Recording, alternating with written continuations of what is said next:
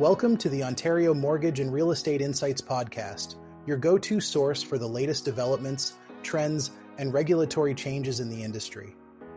I'm your host, Steve Hamoan, here to provide you with insights sourced from reputable news outlets to help you stay informed and make well-informed decisions.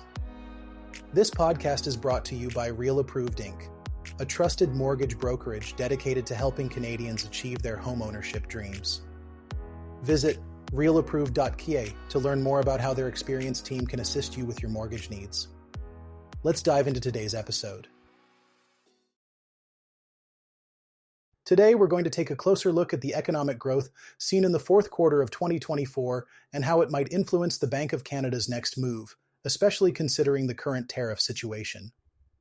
According to recent reports, the Canadian economy experienced a significant surge in growth during the last quarter. This growth has been attributed to several factors, including increased consumer spending and a rebound in exports. However, while this economic growth is certainly positive news, it's important to consider the potential impact of tariffs on the Bank of Canada's future decisions.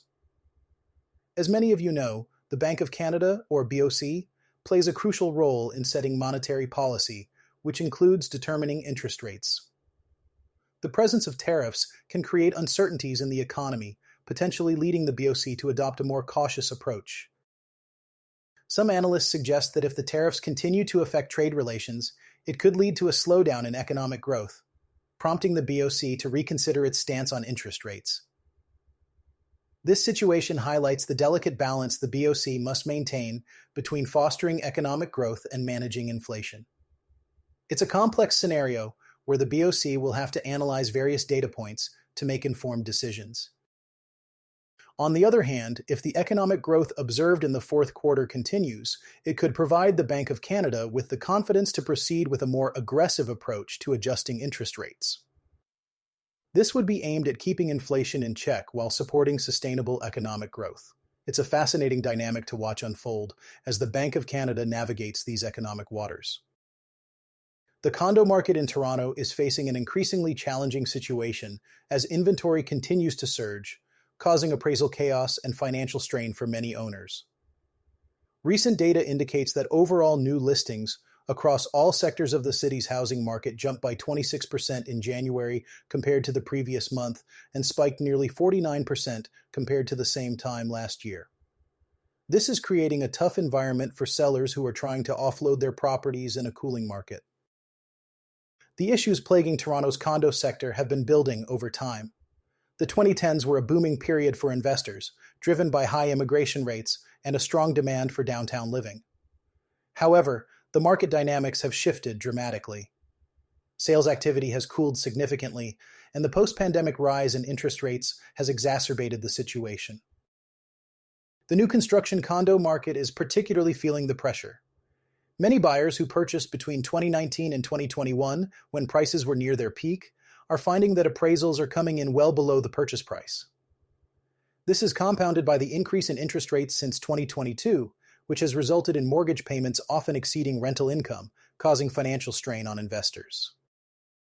Shabnam Gill, a broker with Dove Mortgages, highlights the appraisal challenges, noting that many properties purchased after 2019 are not appraising at their original value.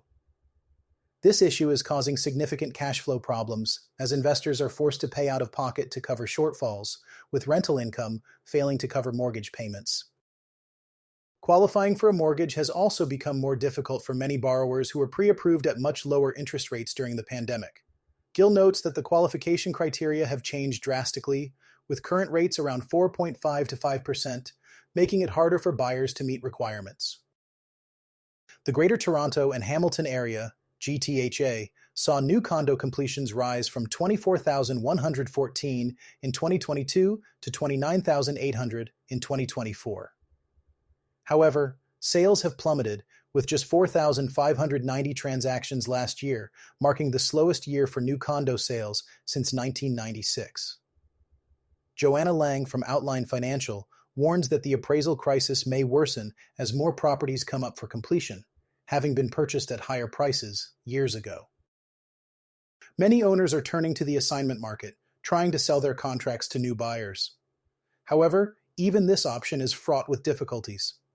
Gill points out that many clients are willing to forfeit part of their deposits to make a sale, indicating the desperation among sellers. Despite the challenges, some new condo owners are choosing to hold on to their properties, hoping for a market rebound as construction slows down in Toronto. This optimism is not universal, though, as others prefer to walk away from their deposits rather than risk further financial loss. With new con buyers having entered into legally binding agreements, the advice from mortgage brokers is clear. Consult a lawyer to understand the legal implications of their decisions. The uncertainty surrounding future property values makes this a crucial step for anyone considering their options. As we dive into the latest real estate news, it seems that more Ontarians are struggling with their mortgage payments. This challenge is becoming more pronounced as we head further into 2025. The renewal of mortgages at higher rates is a reality that many homeowners are facing. According to data from Equifax, Ontario's mortgage delinquency rate, tracking homeowners who have not made a payment for at least 90 days, has risen to 0.22%. This is an increase from 0.12% in the fourth quarter of 2023. Rochelle Younglai, writing about this issue, notes that over 1 million fixed-rate mortgages across Canada are up for renewal this year. The rising delinquency rate indicates that more homeowners are under financial stress, which could potentially impact the broader economy by slowing down the residential real estate market. Younglai warns that this situation could further ripple through other economic sectors if left unchecked. In an interesting development, as investors pull back from Toronto's condo market, developers are refocusing on end-user buyers, people who intend to live in the condos they purchase.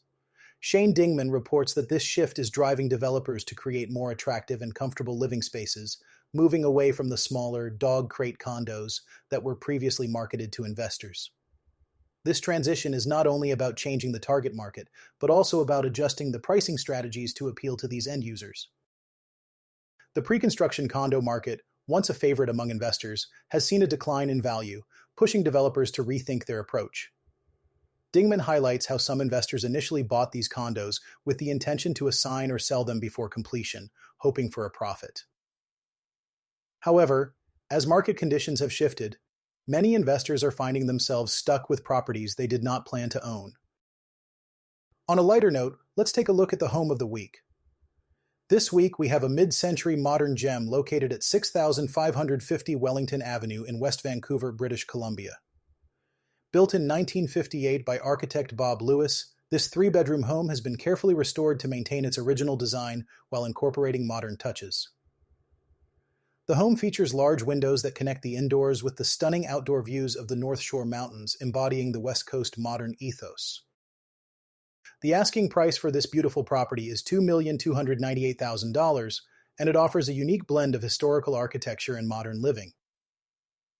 Owner Allison Keller has ensured that the home fosters creativity and comfort, making it a perfect sanctuary for those looking to combine style with functionality. In an important development, the Government of Canada, in collaboration with the town of Georgina, is set to make a significant housing-related announcement in Georgina. This event, scheduled for February 28, 2025, is expected to address key issues in the housing sector, which has been a topic of much discussion and concern in recent years. The announcement will be made by the Honorable Ahmed Hassan, Minister of Housing, Diversity and Inclusion, along with the Honorable Helena Jacek, Member of Parliament for Markham-Stouffville. They will be joined by the Mayor of Georgina, Margaret Quirk, to discuss new initiatives aimed at improving housing accessibility and affordability in the region. This collaboration between federal and local governments underscores a commitment to addressing the housing challenges facing many Canadians. The focus is expected to be on creating more affordable housing options, a pressing need as housing prices continue to rise across the country. The event will take place at the Georgina Civic Centre, located at 26,557 Civic Centre Road in Keswick, Ontario, providing an opportunity for community members and stakeholders to learn more about the government's plans and initiatives directly from the officials involved. This announcement comes at a time when housing affordability has become a central issue for many Ontarians, with rising costs putting pressure on both potential homebuyers and renters. The government is expected to outline specific measures that will help alleviate these pressures and support the development of sustainable, inclusive communities. It's noteworthy that this initiative is part of a broader effort by the Government of Canada to tackle housing issues nationwide, aligning with their commitment to ensure every Canadian has access to a safe and affordable home. Now let's turn our attention to a recent analysis that might interest those looking to buy or sell a home in the Greater Toronto Area. A new report from the digital real estate platform Wahi provides insights into the best months for home sales across the region. Traditionally, spring is seen as the busiest season for selling homes, and experts are predicting an increase in prices during the first half of 2025, with more moderate increases expected later in the year. This suggests that spring might be a favorable time to sell, although it might not be the best time to buy, depending on where you live. Wahi's study breaks down sales by month and location, revealing when home selling activity peaked last year across the Greater Toronto Area's 340 neighborhoods, each with at least 5 transactions. Interestingly, the month with the highest sales varied significantly from January to December, depending on the neighborhood. According to Benji Kachin, the CEO of Wahi, while spring and fall are typically the busiest times for home sales, the study highlights the variability of trends across different neighborhoods and even uncovers some exceptions.